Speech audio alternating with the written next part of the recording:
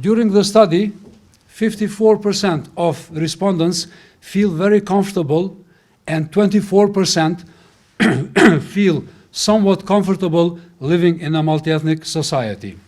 I should add that 15.9% feel somewhat uncomfortable and 6% feel very uncomfortable living in a multi-ethnic municipality. In this study is that 88% of participants, of respondents of our study believe that reconciliation is necessary in Kosovo. And we were very, very glad to see this finding that has come out from the study.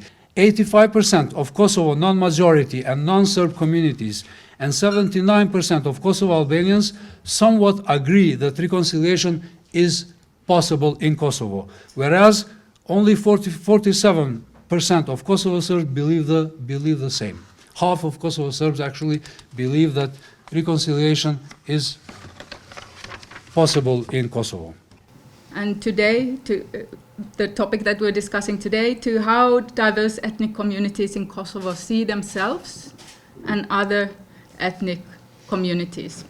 These insights continue to be instrumental to our work as UNDP and that of other international organizations, as well as Kosovo institutions. The public pulse analysis, which we are launching today, provides us useful insights into how people perceive inter-ethnic dynamics, as we are already working closely with central and municipal institutions and also with NGOs on advancing the Leave No One Behind principle. As UNDP, we are committed to advancing our work in that direction, to coordinate our efforts with local institutions and other shareholders, as well as development actors, to increase the ownership and results in the area of social cohesion. The findings, while perhaps not surprising, provide timely and important insights as to the actual situation on the ground. They provide us insights into what people perceive as social cohesion. First of all, youth is Kosovo's greatest asset. I think we all agree to that. And as such, young people's energy and creativity should be used for the greater good of the society.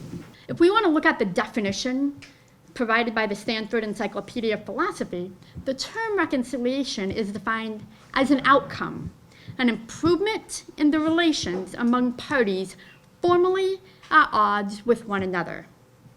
So it's already very telling of the perception of reconciliation in Kosovo that, according to the public pulse analysis, about 70% of the respondents believe reconciliation means the punishment of perpetrators of crimes during armed conflict. If to so many respondents reconciliation means punishment, this may indicate that a large number of the respondents are ultimately seeking justice rather than reconciliation, creating a disconnect. It's really only within the last couple of years that Kosovo society has even begun to acknowledge the victims and survivors of sexual violence during the war. Never mind that in most cases, no one has been held accountable or punished for these crimes, or rather, in many cases, the victim has been blamed.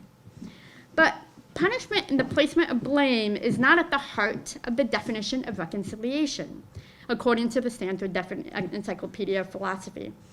It is stated simply as an improvement in the relations.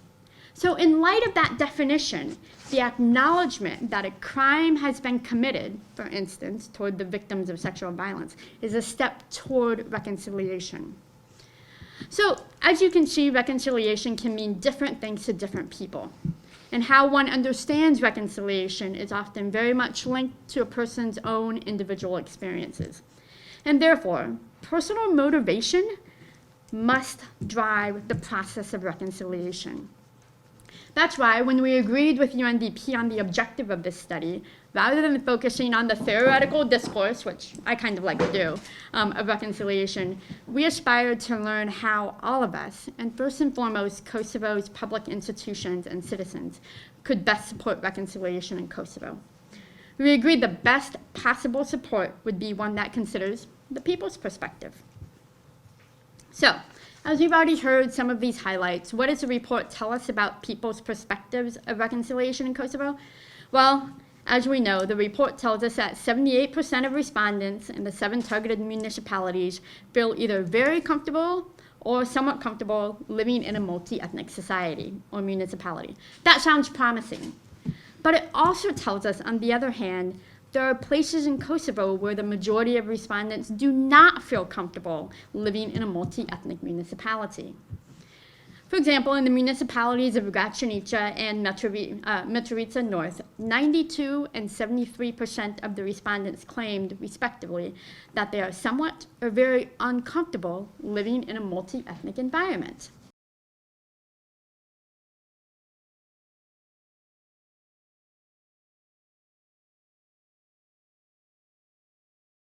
That was actually something that we did not ask of the focus groups nor of the opinion polls.